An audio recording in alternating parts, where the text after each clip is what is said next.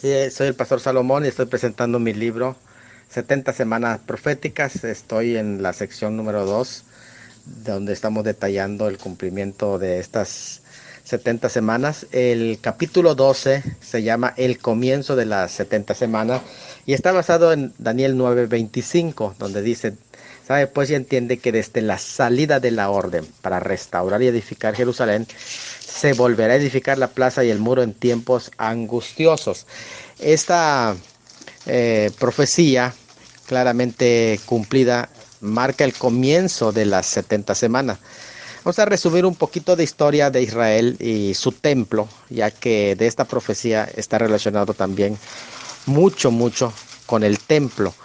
En el gráfico que les envié, en ese gráfico donde se aparece prácticamente una cronología muy interesante, porque va presentando diferentes momentos históricos en el que Israel o Jerusalén recibe varios ataques, entre ellos también la forma en que fue destruido. Primero comenzando con 3 juicios que vinieron sobre Judá, porque ya recuerden que para este tiempo ya Israel, el reino del norte, había sido llevado por los asirios.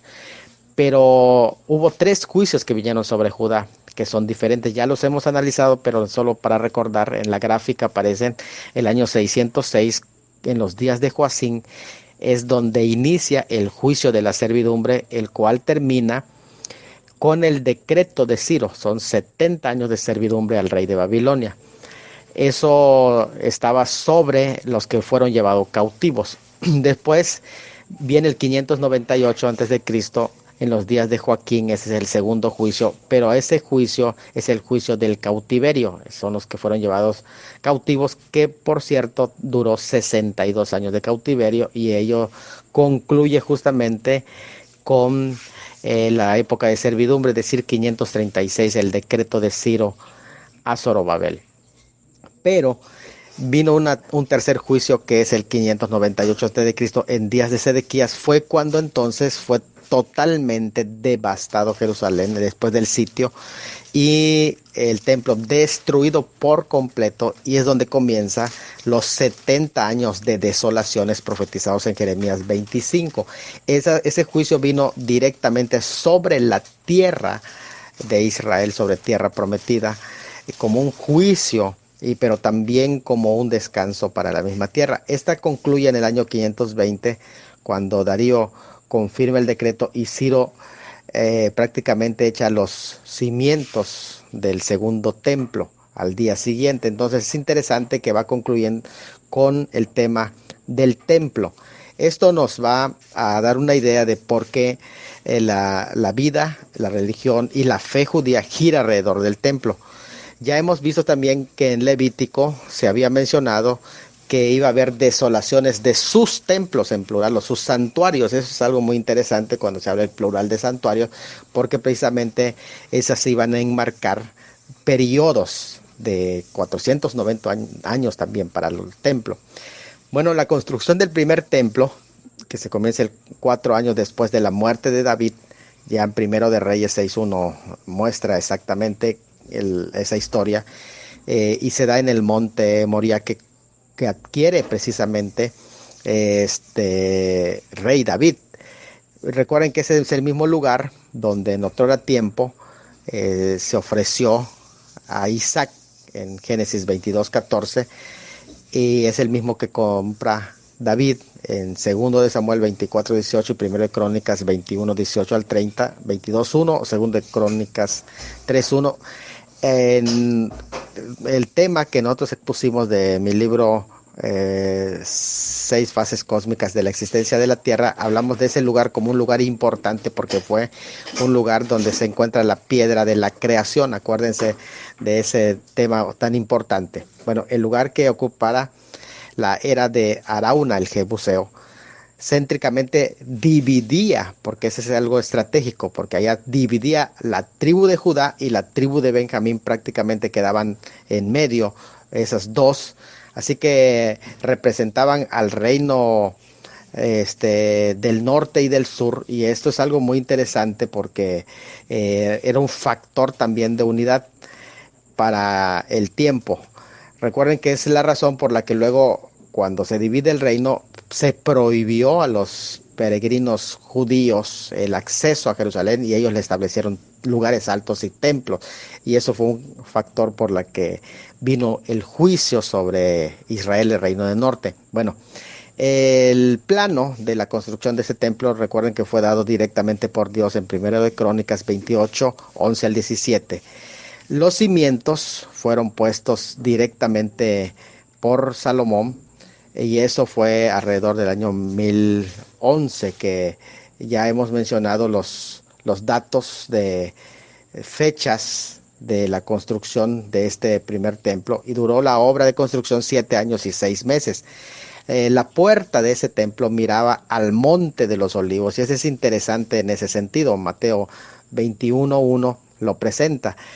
¿Por qué? Porque es parte importante de las prácticamente de las profecías que giran alrededor del Monte Santo. Este templo conservó su prístino esplendor solamente por 33 años, porque inmediatamente fue saqueado por Sisac, rey de Egipto. Incluso después vinieron otros saqueos. Ese saqueo de Sisac está en Primero de Reyes 14:25, Segundo de Crónicas 12:9. Otras profanaciones del templo y saqueos a manos de Azazel, de Tiglat-Pileser, de Sennacherib también, y otros más que hicieron incursiones, Segundo de Reyes del 12 al 24. Luego hubo 3 invasiones babilónicas, que los presenté en la imagen que ustedes tienen allá, que pusieron fin al templo.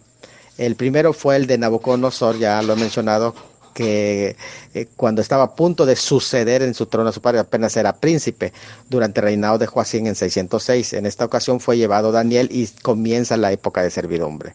Luego viene en 597, en el reinado de Joaquín, en la segunda invasión babilónica, fue llevado Ezequiel.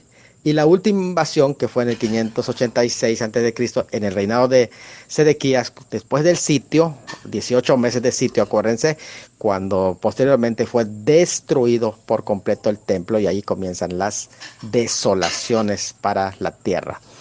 Es en esta última invasión que se destruye el templo, habiendo subsistido 424 años, 3 meses y 8 días después de su construcción, y a partir de la destrucción del templo comienzan los 70 años de desolación, que está mencionado en Segundo de Reyes 25, 9 al 17, y lo que Jesucristo llamó también el tiempo de los gentiles, comienza directamente en Lucas 21, 24.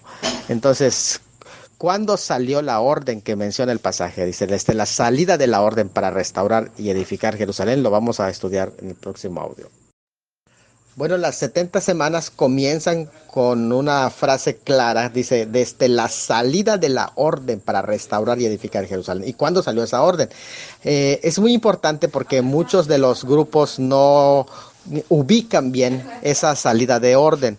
En el año 539, Ciro el persa conquista Babilonia y cae el imperio babilónico. Y parece haber 4 edictos para la reconstrucción, pero cada uno de ellos tiene diferente enfoque. Dentro de la gráfica igual ponemos los edictos como si son regresos, porque hubieron 3 regresos, pero también hubieron otros edictos, no solamente de regresos. Pero aquí específicamente la profecía es clara. Vamos a ver el primero. El primer decreto que aparece en todo ese periodo de tiempo es el decreto de Ciro el Grande en el año 538. Este decreto, que se da en el 538 antes de Cristo, segundo de Crónicas 36 al 24, Esdras 1 al 6, Ageo y Zacarías también. Estos mencionan a este personaje. Ese es el primer regreso, también encabezado por Zorobabel, y duró aproximadamente 22 años, prácticamente primer regreso, desde el 538 a.C. hasta el 516. En este regreso, la gente de alrededor colaboraron prácticamente con oro y plata. Trajeron los utensilios del templo, edificaron un altar desde donde había estado el altar de bronce. Celebraron la fiesta solemne de los tabernáculos también. Ofrecieron cada día por orden conforme al rito. Colocaron los cimientos del templo en 536 a.C. y se suspendió la obra de a los 16 años. Es decir, después de esa fecha se comenzó de nuevo el templo en el año 520 y se concluyó en el 516. Eso es muy interesante porque va a marcar también fechas en el que en la gráfica que les envío se van cerrando los ciclos. Pusieron también a los sacerdotes en sus turnos y a los levitas en sus clases y se celebraron las Pascuas, entre otras cosas. Se opusieron a ellos Bislam, Mitrídates, Tabel. También dice que reuní canciller, Simsais, el secretario, los elamitas y los samaritanos, Tatnai y Setar Bosnai. Todos esos fueron parte importante de ese primer regreso. Este regreso tenía que ver con el regreso de los cautivos y la reedificación del templo. Pero ojo, no era la completa restauración de la ciudad. No era la orden para restaurar y edificar Jerusalén. Si el decreto es el del año 538 a.C., usar este decreto como punto de partida sería arbitrario porque realmente no menciona exactamente lo que pide el texto. Usar este decreto como punto de partida es arbitrario, entonces confuso y hasta contradictorio a la hermenéutica. Daniel quería ser específico, por eso dio el número exacto de la semana y al tomar este decreto no casan las fechas, así que es muy interesante. Pero hay un segundo decreto que es el de Darío I en 520 a.C. Está en Esdras capítulos 5 y 6. Este está comprendido dentro del primer regreso también, pero fue el último cuando se suspendió la obra. Tatnai, gobernador de Judea, quería saber cuál era el derecho que tenían los judíos para reconstruir el templo con Ciro, que ya se había dado la orden. Dio la orden Cambises y no aparece, y Darío I reanudó la orden de la construcción del templo. Pero Esdras capítulo 5 y capítulo 6 demuestran que Darío no promulgó ningún decreto, sino que investigó por los anales de Persia y leyó el decreto de Ciro el Grande. Así que prácticamente él no dio ni un decreto. Darío solamente confirmó la validez de ese decreto, pero no es una salida de orden para restaurar Jerusalén. En el reinado de Darío I se culmina y luego se inaugura el templo en 516 a.C. y acaban los 70 años de desolación, acuérdense. Pero viene un tercer decreto, que es el decreto de Artajerjes a Esdras en 458 a.C. Eso está en Esdras capítulo 7 al 10. Este se llama el segundo regreso. Allí en su gráfica ustedes lo pueden ubicar. Esta ocasión salieron del cautiverio 1,500 hombres y 250 levitas. Se detuvieron junto al río que viene de Ahava 3 días para contar al pueblo y ayunar. Llegaron a Jerusalén y reposaron allí 3 días. Pesaron el oro, la plata y otras posesiones. Ofrecieron sacrificios, oro, ayuno. Esdras a causa del pecado del pueblo y celebraron la asamblea donde tomaron acuerdo de dejar a sus mujeres extranjeras. Los que estorbaron esta vez fueron Jonatán, hijo de Azazel, Jocasías, hijo de Ticua, y los levitas Mesulán y Sabetai. Pero en este tercer decreto tampoco está específica la orden. Pero hay un cuarto decreto que es muy claro, que es el decreto de Artajerjes I a Nehemías en 445. Ahí ustedes lo pueden ver, Nehemías capítulo 1 al capítulo 7. Lo tengo señalado en la gráfica en rojo porque esa es la fecha que casa exactamente con lo que pide el texto. Es el tercer regreso.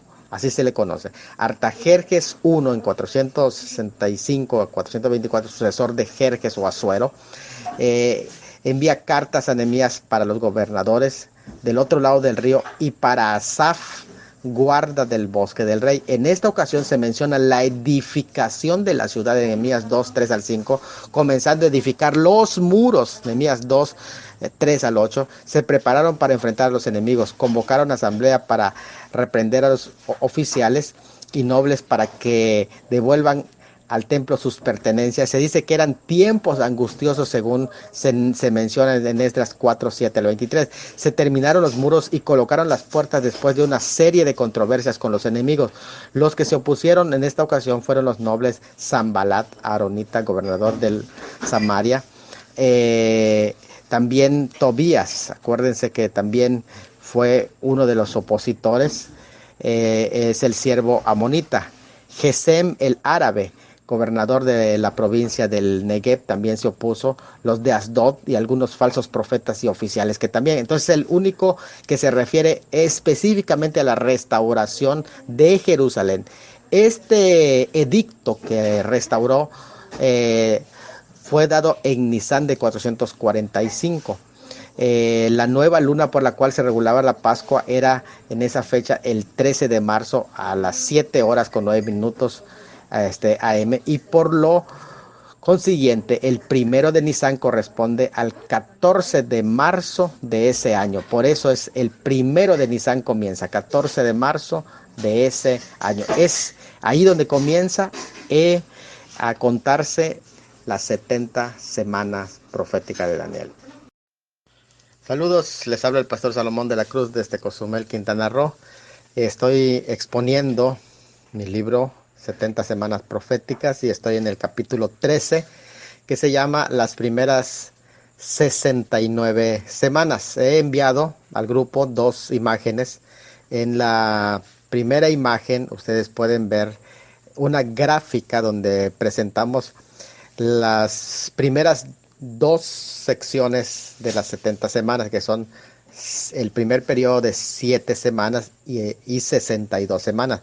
7 semanas son 49 años y 62 semanas son 434 años. ¿Por qué? Porque se multiplican por 7 y eso es lo que nos da. Y en lugar de poner días se ponen los años. Ahora, comienza con el 445 antes de Cristo, porque es el punto de partida en el que nosotros pudimos fijar en el anterior capítulo, en donde inician, que es con el decreto de Artajerjes 445 y no otro. Eso es algo muy importante que sepamos. Entonces hay 69 semanas entre el decreto de Artajerjes 445 y la entrada triunfal, que es en el 32 después de Cristo. O sea, hay en total, en esas 69 semanas, 483 años. Y si lo podríamos pasar en días proféticos, que ya sabemos todos que los 483 años se multiplican por 360 días, que son los días proféticos, no 365, porque los años proféticos son 12 meses de 30 días. Por lo tanto, los años proféticos, al multiplicar 483 por la cantidad de 360, que son los días del año profético, te da 173.880 días, que al multiplicarlos, bueno, días los convertimos en años, porque eso debería de ser 173.880 días que transcurrieron.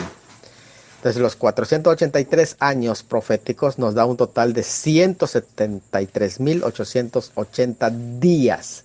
Eso es muy importante y es más fácil al saber que debería de haber del 14 de marzo del 445 al 6 de abril del 32 después de Cristo, porque esa es la fecha en el que cae precisamente la Pascua.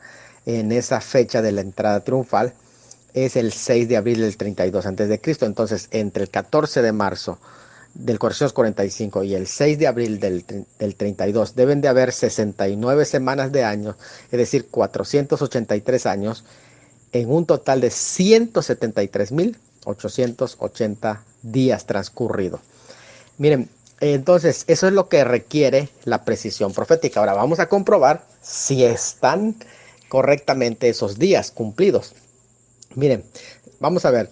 Los días que requiere la profecía, ¿cuáles son? Son 69 semanas. Recuerden que son 70, pero aquí en estos dos periodos, 7 y 62, son 69 semanas de años.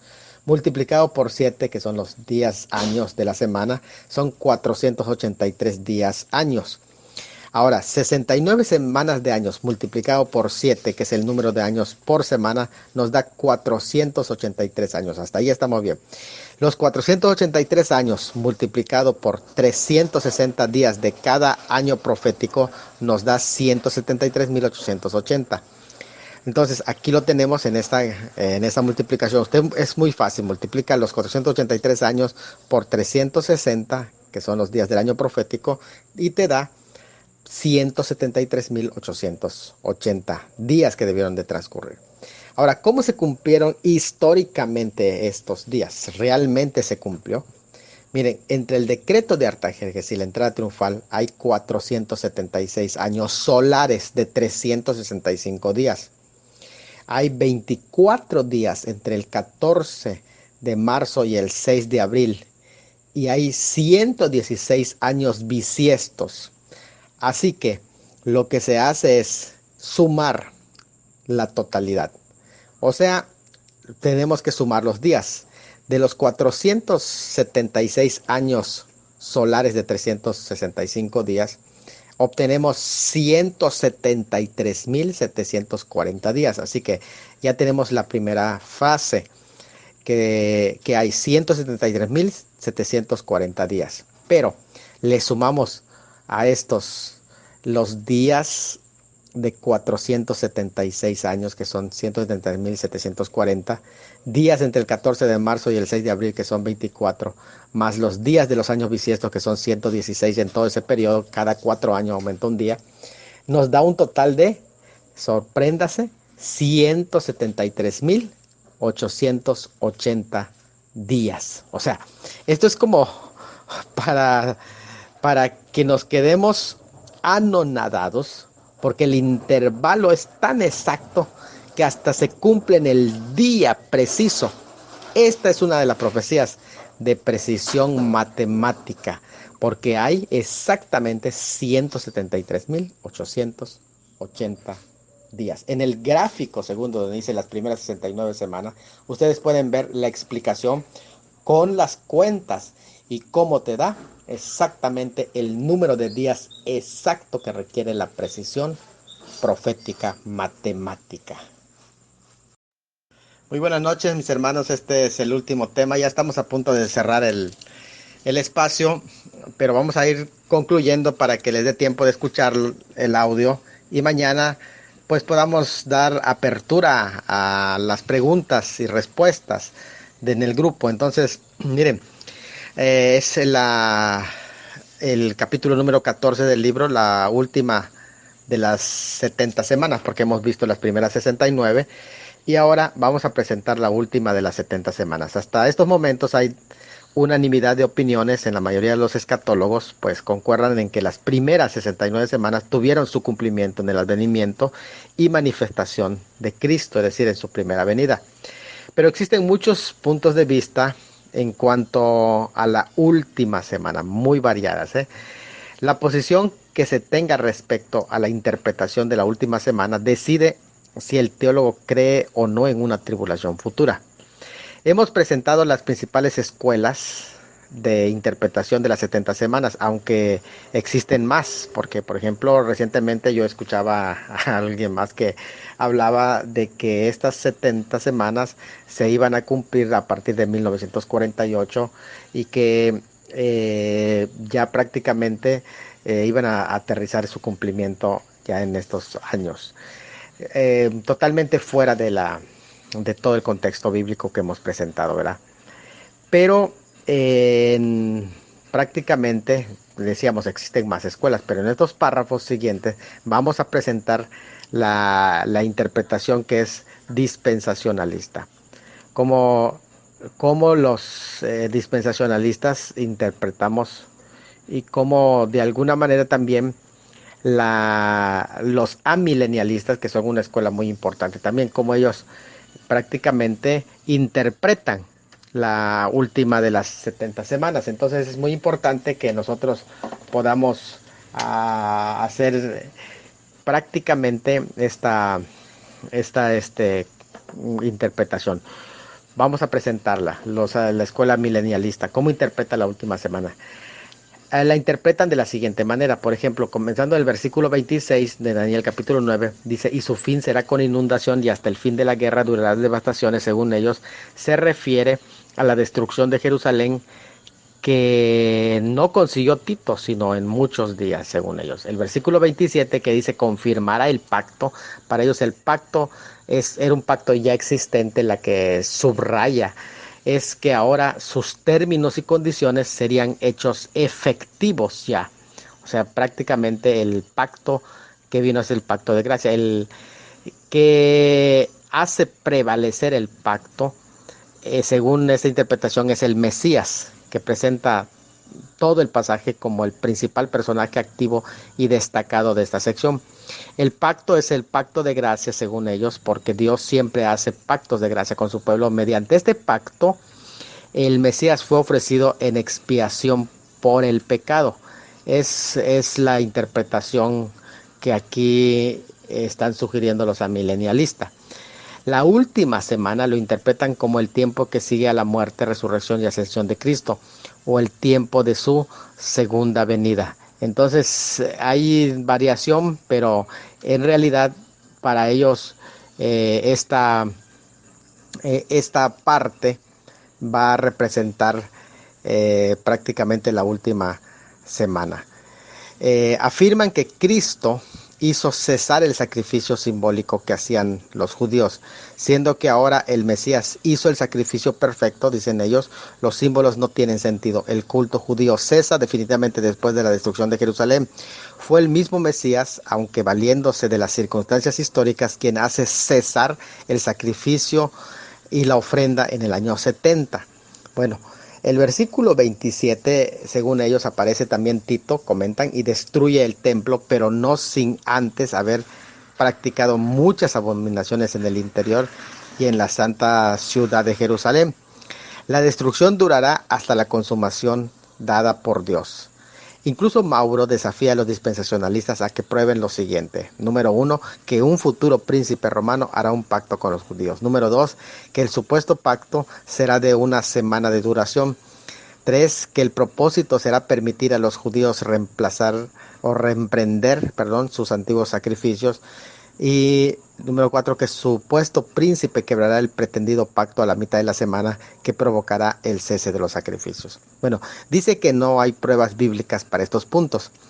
En tanto, los argumentos que usan contra los dispensacionalistas están los siguientes, que se pueden resumir desde los diferentes libros dados de los amilenialistas, que son: número 1, que no se toma en cuenta los 6 propósitos del versículo 26 que ya se cumplieron, según ellos, que no hay ningún periodo intermedio entre las primeras 7 semanas y las 62 semanas, como tampoco hay un periodo entre la semana 69 y la 70. Además, porque el Mesías murió en la última semana, ya que murió después de la semana 69. Además, dicen ellos, porque después de la crucifixión, la ciudad fue destruida 35 años más tarde, de modo que la semana había comenzado ya y los eventos predichos tuvieron lugar. Y también argumentan que hermenéutica, exegética y bíblicamente es un error separar al pueblo del príncipe y afirmar que el pueblo romano es cosa del pasado, mientras que el príncipe es un desconocido personaje del futuro. Se trata de una sola venida en la que vienen juntos el pueblo y el príncipe, dicen ellos. También desafían que no dice la Biblia que el príncipe hará un pacto o que sea afirmado algún pacto después de 3 años y medio se rompa. Ninguna parte de la Biblia contiene referencias de un supuesto periodo de 7 años ni de un príncipe futuro. El Mesías, príncipe de la profecía, solo hace prevalecer, no inicia ningún pacto, solo se impondrá y se realizarán sin más demoras ese pacto, es lo que dice. 5, dicen ellos que no hay razones para restablecer en el futuro los sacrificios si ya no le satisfacen al Señor, puesto, eso es interesante, ¿no? Porque aquí dicen, puesto que el Mesías realizó el perfecto sacrificio ya, entonces poner de nuevo los sacrificios sería un error. Todos los cristianos sabemos que los sacrificios terminaron a los ojos de Dios con la muerte de Cristo en la cruz. 6. Que la interpretación dispensacionalista de la semana futura fue inventada por los jesuitas Rivera y Bellarmino para salir al paso del exégesis de los reformadores y demás discípulos. Inventaron luego de ese invento pasó a la iglesia anglicana y esta iglesia pasó a Darby y por esta vía llegó hasta la Biblia anotada de Scofield y así se fue regando esta mentira.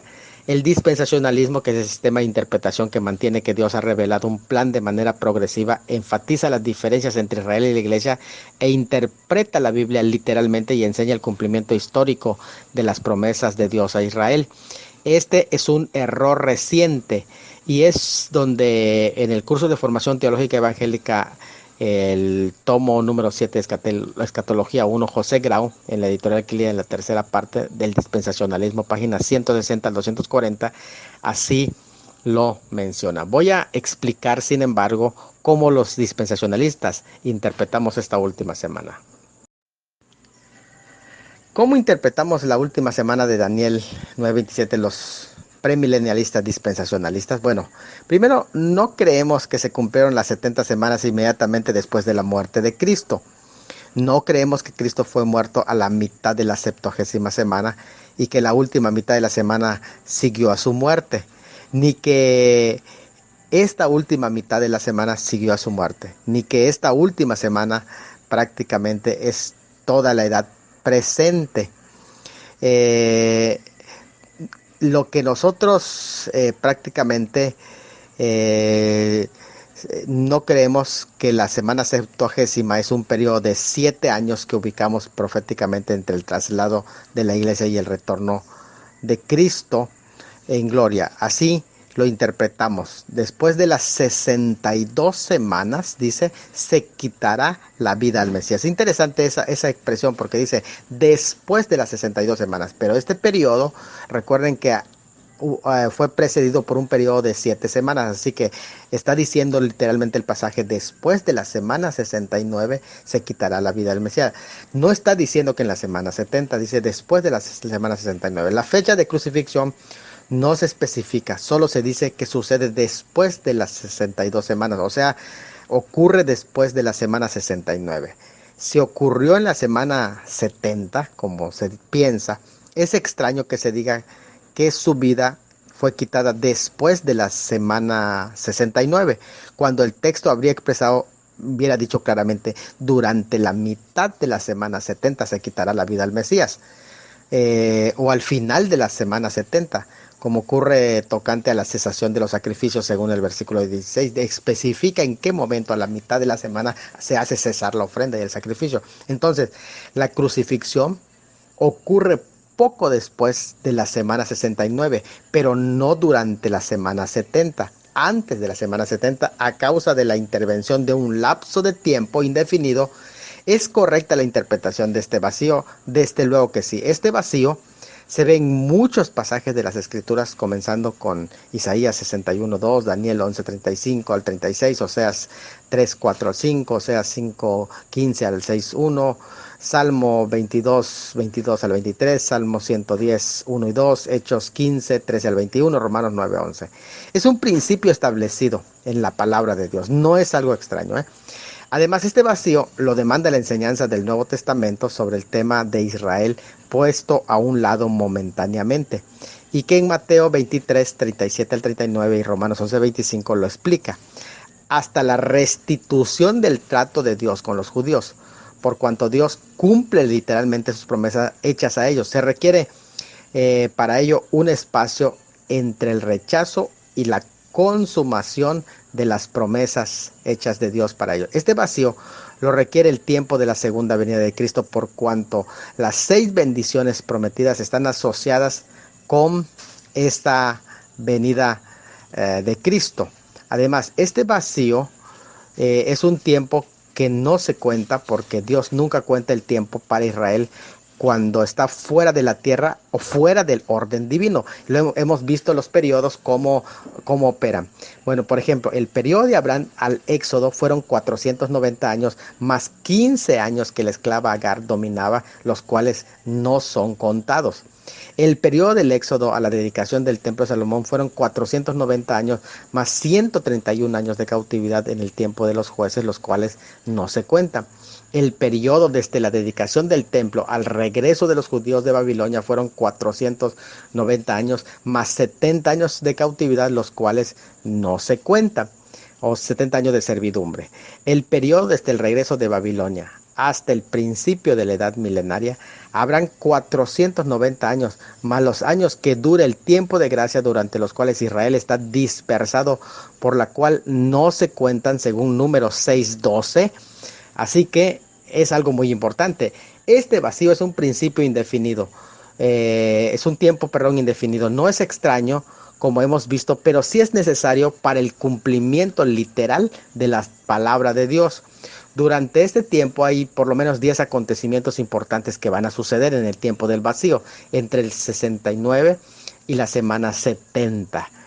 ¿Cuáles son en ese tiempo de vacío? Primero, la entrada triunfal de Cristo en Jerusalén, que se cumple en el año 32, con que concluye. Por eso es la declaración de Cristo cuando dice: Jerusalén, Jerusalén, si tú conocieres tu día. Se estaban cumpliendo 69 semanas. La muerte de Cristo, que sucede en 32, entra dentro del vacío. Su resurrección, el nacimiento de la iglesia en el 32, el descenso del Espíritu Santo en el 32, la terminación del templo de Jerusalén en 64, la destrucción del templo de Jerusalén y la ciudad en el año 70, la dispersión de los judíos del año 70, aunque también viene la otra dispersión enmasada del 134, 135, el regreso de Israel como nación el 14 de mayo de 1948 y su capital el 7 de junio de 1967, y el arrebatamiento de la iglesia. Todo esto sucede dentro del periodo del vacío. Al término de la semana 69, el reloj de la profecía se paró. Cuando hablamos del reloj, quiere decir de las 70 semanas. El curso de las 70 semanas fue interrumpido y Dios dejó de tratar con la nación de Israel y comenzó un tiempo no medido que se le conoce como el gran paréntesis, llamado el tiempo de gracia, en el cual se está llevando a cabo su propósito de tomar un pueblo para su nombre, como lo dice Hechos 15:14, Isaías 55:4-5, 1 de Pedro 1:10 al 12, Efesios 2:12 al 18, 2 de Pedro 3:9.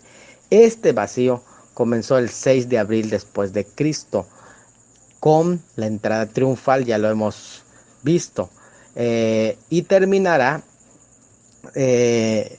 con el arrebato de la iglesia. Es decir, al término del tiempo de gracia, el reloj profético de Dios volverá a girar y lo hará por una semana más. Si regresamos a Daniel capítulo 9 y analizamos el versículo 26, hallaremos cosas interesantes que acontecerán durante este gran vacío. Dice: mas no por sí. Y literalmente significa: y no tendrán nada. O sea, cuando el Mesías príncipe sea muerto, quitado de la vida de su pueblo, no tendrán nada. El hebreo allí denota un total vacío. Significa que el Mesías no murió por sus propios pecados, sino por los de otros. Pero también significa que en su hora de dolor no tendría nada de los cumplimientos proféticos que se le asignaban a él. Cuando el Mesías muere, no tenía nada de lo que propiamente le pertenecía. Murió sin amigos, sin parientes, sin honor. Fue rechazado de los hombres, tratado como un criminal e incluso abandonado por el Padre. Por lo tanto, no recibió el reino en esa primera venida. Allí estaba especificando que se trataba de esa primera venida, cuando no tendría el cumplimiento en sí. En la gráfica que les envié aparecen los periodos claros. 7 semanas, semana 7, que comienza el 14 de marzo del 445, ya lo vimos. Luego viene la semana 62, que termina el 6 de abril del 32. Luego viene el tiempo indefinido, que no se cuenta, el vacío o paréntesis, que es el tiempo de gracia. Está ubicado, dice, aquí estamos, porque está a punto de terminar ya el arrebatamiento de la iglesia, y posteriormente comienza la última semana. En ese gráfico es muy claro de cómo está el cumplimiento de las 70 semanas proféticas. Bueno, vamos a continuar en el próximo audio. En ese periodo de las 70 semanas sigue diciendo, y el pueblo de un príncipe que ha de venir destruirá la ciudad y el santuario. Interesante que habla de la ciudad, que es Jerusalén, y el santuario, porque hay propósitos, son señales, acuérdense bien. El pueblo de Dios nunca destruiría la ciudad y el santuario, por lo que el pueblo que realiza tal hecho debe estar compuesto por gente malvada, pagana, y el pueblo que destruyó la ciudad y el santuario en el año 70 fue el pueblo romano. Ese es algo muy también interesante en el sentido de que dice, y el príncipe de un pueblo que ha de venir. Es un personaje escatológico que pertenece al mismo pueblo, es decir, al pueblo romano. De hecho, Tito es un tipo de él. El pueblo claramente separa al príncipe del pueblo. O sea, cuando se dice Daniel diferencia en ese sentido con relación a tiempo. El pueblo ya destruyó la ciudad y el santuario, pero el príncipe todavía ha de venir. Interesante, dice su fin será con inundación. Se refiere a la magnitud de la destrucción y al resultado y efecto de esa destrucción con inundación. Es interesante de cómo va a ser destruida en esa ocasión, una inundación tremenda. Y hasta el fin de las guerras durarán las devastaciones. Muestra que la ciudad de Jerusalén continuará bajo un estado de guerra hasta el fin, como lo declara Lucas 21-24. Indica también un periodo no determinado, pero que ha durado 2000 años hasta este momento. En otros pasajes hemos visto más o menos la duración de este periodo. El Nuevo Testamento prácticamente enseña en sus escritos que durante este periodo se cumplirán los misterios del reino de los cielos. Y esto también es cosa no no de poca importancia, porque estamos hablando del cumplimiento según Mateo 13 del 1 al 50 y se va a hablar también porque es paralelo a eso el llamamiento de la iglesia, porque una cosa es el misterio del reino de los cielos que en su presencia en el mundo, que incluye la iglesia e incluye Israel, pero otra cosa es el llamamiento de la iglesia que se va a dar durante este periodo de tiempo según Romanos 11:25. No se revela en ninguna parte de la escritura cuándo llegará a su fin la edad de la iglesia, aunque sí se menciona con qué acontecimiento, que es el arrebatamiento. Inmediatamente de eso, en ese acontecimiento posterior, con un pacto, se inicia la semana 70, pero debemos ya prepararnos porque esto es algo que está muy cerca. Miren, hay 6 eventos que acontecerán en la última semana, inmediatamente tras el arrebatamiento. Primero, viene el pacto del anticristo con los judíos. Luego viene el pacto quebrantado a la mitad de la semana. Tercero, Israel pasará por la gran tribulación. Cuarto, el anticristo abominará el templo. Quinto, el retorno glorioso de Cristo. Y 6, comienza con ese retorno la batalla de Armagedón, con la que culmina.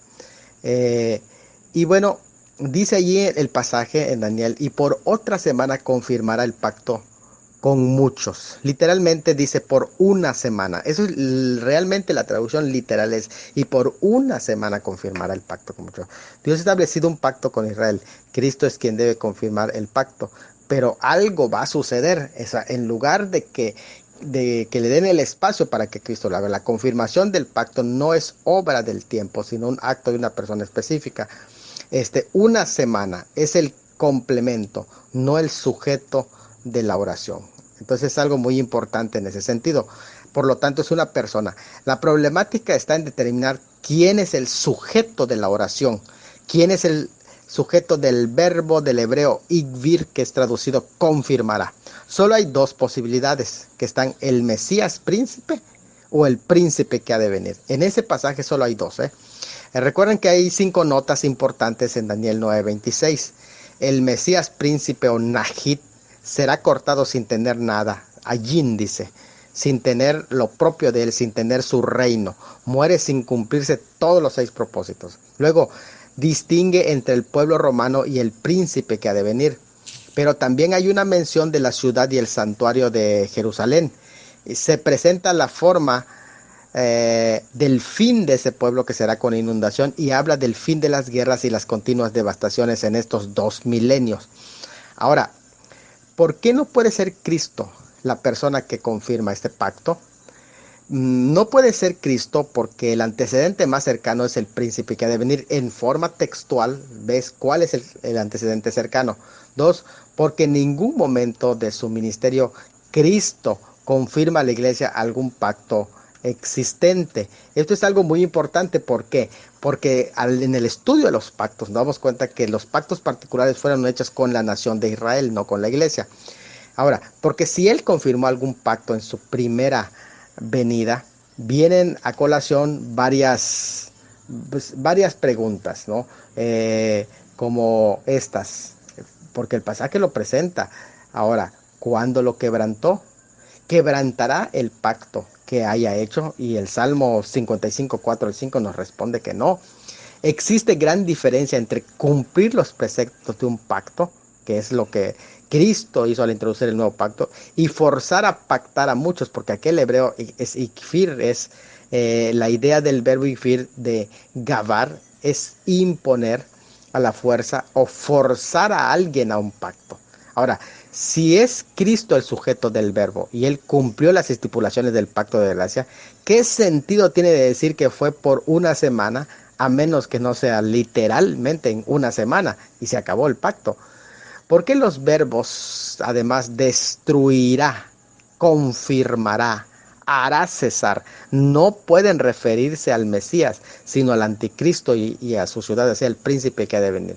El verbo ikvir o ikfil no solo se traduce confirmará el pacto, pero también significa que hará que prevalezca un pacto, es decir, el anticristo ocupará el lugar de Cristo, quien verdaderamente debe de confirmar el pacto por siempre. Entonces es algo muy interesante. Después dice el pasaje, con la muchedumbre de las abominaciones vendrá el desolador. Literalmente lo que está diciendo es, luego sobre el ala de las abominaciones vendrá el desolador. Claro que muestra que el devastador viene montado en las alas de las abominaciones, que es el mismo quien lo propicia, pero el ala puede referirse al templo profanado, no puede considerarse como ya del Señor. Sin embargo, Jesucristo mencionó las abominaciones en Daniel, de Daniel, que son mencionadas por Daniel. Daniel lo menciona en 8:13, 11:31, 12:1. En Mateo 24, 15 al 16, Jesucristo lo menciona para el tiempo futuro, cuando se construiría un templo que sería inaugurado por el anticristo en la gran tribulación. Solo 2 etapas de actividad del anticristo. En la primera mitad de la semana se manifestará como el príncipe que ha de venir, pero en la segunda mitad, cuando se siente en el templo profanándolo de esa manera, entonces se revelará como el desolador. Son las dos etapas de actividad del anticristo: el príncipe que ha de venir y el desolador. En los primeros 3 años y medio aparece como el príncipe que ha de venir, pero en los segundos 3 años y medio como el desolador. Así que vamos a ver esta interesante escena en el próximo audio. Y es interesante esas 2 etapas de este personaje, porque Apocalipsis también menciona 2 bestias, una que sale de la tierra, que es el anticristo judío, y otro que sale del mar, de las naciones, que es un anticristo político. Uno de estos dos, sea el falso profeta o el falso Mesías, se sentará en el templo. Ahora, también menciona las 2 etapas. Primeramente, cuando aparece eh, montado en un caballo blanco, en la primera etapa, pero en el capítulo 13 ya aparece como una bestia. Entonces es muy interesante esto en ese sentido. Hasta que venga la consumación, dice, y lo que está determinado se derrame sobre el desolador. Aquí también puede traducirse como el Abadón, o una referencia al destructor. Esta porción describe el momento cuando el Señor derrame su juicio en la segunda mitad de la tribulación, condenando al anticristo y su ejército, según Tesalonicenses 2:8 y Apocalipsis 19:20. Con este hecho se cumplen las profecías de las 70 semanas y sus propósitos. Algunos personajes que amplían punto del Abadón, la bestia que sale del abismo, lo cual representa la segunda etapa de la primera bestia de Apocalipsis. Interesante porque, como hemos dicho, de las dos etapas, primero como el jinete del caballo blanco y después como la bestia del capítulo 13. Esas son las dos etapas. Mateo 24, 15 al 21 dice: por tanto, cuando veáis en el lugar santo la abominación desoladora de que habló el profeta Daniel, el que lee entienda. Entonces los que estén en Judea huyan a los montes, y el que esté en la azotea no descienda para tomar su capa, y el que esté en el campo no vuelva atrás para tomar su capa. Ahora dice: ay de las que estén en cinta en aquellos días, y de los que críen también en aquellos días. Ahora, esto es tan importante porque dice: orad pues que vuestra huida no sea en invierno, ni en día de reposo, porque habrá entonces gran tribulación, la cual no ha habido desde el principio del mundo hasta ahora, ni la habrá. Ezequiel 28, 1 al 10 también presenta ese periodo. Vino a mí palabra de Jehová diciendo: hijo de hombre, di al príncipe de Tiro, por cuanto se enalteció tu corazón. Y dice, interesante que aquí menciona un personaje típico, el príncipe de Tiro, y dijiste: yo soy Dios, en el trono de Dios estoy sentado en medio de los mares, siendo tú hombre y no Dios, y has puesto tu corazón como corazón de Dios. He aquí tú eres más sabio. Vean, interesante cómo este hombre se hace como Dios. Tú eres más sabio que Daniel, y no hay secreto que te sea oculto. Con tu sabiduría y con tu prudencia te has acumulado riqueza, y has adquirido oro y platas de tus tesoros. Es un personaje poderoso. Con la grandeza de tu sabiduría en tus contrataciones has multiplicado tus riquezas, y a causa de tus riquezas has enaltecido tu corazón. Por tanto, así ha dicho Jehová el Señor: por cuanto pusiste tu corazón como corazón de Dios, por tanto aquí yo traigo sobre ti extranjeros, y los fuertes de las naciones que desviarán sus espadas contra la hermosura de tu sabiduría, o sea, su rostro, y mancharán tu esplendor. Es posiblemente aquí se trate de un sacrificio que van a hacer dentro del templo, por eso habla de extranjeros. Al sepulcro te hará descender, y morirás con la muerte de los que mueren en medio de los mares. Hablarás delante del que te mate diciendo: yo soy Dios. Tu hombre eres, sino Dios, en la mano de tu matador. De muerte de incircuncisos morirás por mano de extranjeros, porque yo he hablado, dice Jehová el Señor. Es interesante que parece ser un ritual satánico en el templo. Apocalipsis 9, 1 al 11. El quinto ángel tocó la trompeta, y vi una estrella que cayó del cielo a la tierra, y se le dio la llave del pozo del abismo, y abrió el pozo del abismo, y subió humo del pozo como humo de un gran horno, y se oscureció el sol y el aire y el humo por el pozo, y el humo salieron langostas sobre la tierra, y se le dio poder como tienen el poder las escorpiones de la tierra, y se les mandó que no dañasen hierba de la tierra, ni cosa verde alguna, ni árbol alguno, sino solamente los hombres que tuviesen el sello de Dios en sus frentes, y les fue dado que no los matasen, sino que los que no tuvieran el sello de Dios en su frente, perdón, y les fue dado que no los matasen, sino los atormentasen 5 meses. Su tormento era un tormento de escorpiones cuando hiere al hombre. Y en aquellos días los hombres buscarán la muerte, pero no la hallarán, y ansiará morir, pero la muerte huirán de ellos durante esos 5 meses. El aspecto de las langostas era semejante a caballos preparados para la guerra.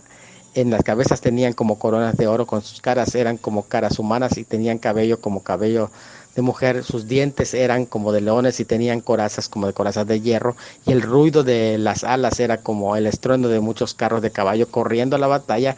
Y tenían colas de escorpiones y también aguijones, y sus colas tenían poder para dañar a los hombres durante 5 meses. Y tienen por rey sobre ellos al ángel del abismo, cuyo nombre en hebreo es Abadón y en griego Apolión, destructor o desolador. Es interesante ver cómo en esa mitad de la semana se desata, coincide con el sacrificio, y salen estos personajes con un espíritu que es Abadón y Apolión. Daniel 7:4 dice: le fue dado corazón de hombre. Es decir, que este personaje que sale del abismo se le da un corazón de hombre. En Apocalipsis 13:3 y 14 dice: vi una de sus cabezas como herida de muerte, pero su herida mortal fue sanada, y se maravilló toda la tierra en pos de la bestia, y adoraron al dragón que había dado autoridad a la bestia. Aquí vemos el satanismo a rojo vivo. Por eso les decía, es un luciferianismo, un ritual. Dice: diciendo quién como la bestia y quién podrá luchar contra ella, porque ahora tiene un poder súper que viene del abismo. Ahora, el versículo 14 dice, y engaña a los moradores de la tierra con las señales que se le ha permitido hacer en presencia de la bestia, mandando a los moradores de la tierra que le hagan la imagen a la bestia que tiene herida de espada o de cuchillo y vivió. Interesante en ese sentido, ¿eh? Y Apocalipsis 17:8, aunque aquí representa tanto al sistema como a la persona. En Apocalipsis 17:8 y 11, la bestia dice que ha visto, era y no es, y está para subir del abismo. Es el mismo que sale del abismo e ir a la perdición, y los moradores de la tierra, aquellos cuyos nombres no están escritos desde la fundación del mundo en el libro de la vida, se asombrarán viendo a la bestia que era y no es y será. La bestia que era y no es también el octavo y es de entre los 7 y va a la perdición. Apocalipsis 11:7 dice, cuando haya acabado su testimonio, la bestia que sube del abismo hará guerra contra ellos y los vencerá y los matará. La bestia que sube del abismo. Entonces nos damos cuenta que es prácticamente hay una posesión. No es el diablo, pero sí es un espíritu que le llaman el Abadón, Apolión. Sobre el reto que lanza, por ejemplo, en la primera parte del Lanzó Mauro, queremos decirle que no se puede probar una profecía a menos que se viva su cumplimiento, pero sí se puede creer si se está acorde con el resto de las escrituras. De lo contrario, desaprobarlo, decir que no concuerda con ella, entonces podríamos desaprobar. Pero si toda la interpretación dispensacionalista concuerda con lo que las escrituras dice, de hecho ya empezamos a ver el cumplimiento de algunas de las profecías, como por ejemplo la restauración de Israel como nación en 1948, la toma de Jerusalén en 1967. Sobre el argumento contrario al dispensacionalismo por su aparición reciente o por considerarse un invento, hay que analizar. No es un invento, aunque la doctrina se descubrió, vamos a decir así, usar esa, esa expresión, se descubrió recientemente o se sistematizó, que es la palabra más correcta. Siempre se ha encontrado en la Biblia, aunque no se había estudiado tan detalladamente como ahora se está estudiando. Entonces encontramos prácticamente allá en la gráfica que he mandado, en la última gráfica, encontramos cómo está organizado la semana 70 y de qué manera allí prácticamente se muestra en esa gráfica cómo se desarrolla la semana 70, la 70ª semana se llama. Nos damos cuenta que comienza con donde dice vacío. El vacío es el tiempo de gracia, es donde nos encontramos ya al final, pero viene el arrebatamiento e inicia la semana 70. Ustedes pueden ver cómo está dividida en dos partes. Viene la confirmación del pacto. En la primera parte hay una aparente paz, pero se le conoce como gran tribulación. ¿Por qué aparente paz? Porque simplemente es en apariencia. Y en la segunda parte se le conoce exactamente como la gran tribulación. Pero los primeros 3 años y medio aparece el príncipe que ha de venir. Y en la segunda parte aparece, ya se transforma en el desolador. ¿Por qué? Porque muere y es posesionado por el Abadón cuando se rompe el pacto. Y de allá viene la vuelta de Cristo, el milenio y el fin de la semana 70. Así es como concluye esta parte. Y bueno, pues vamos a ir dejando el espacio para que el día de mañana ya puedan desarrollarse las preguntas.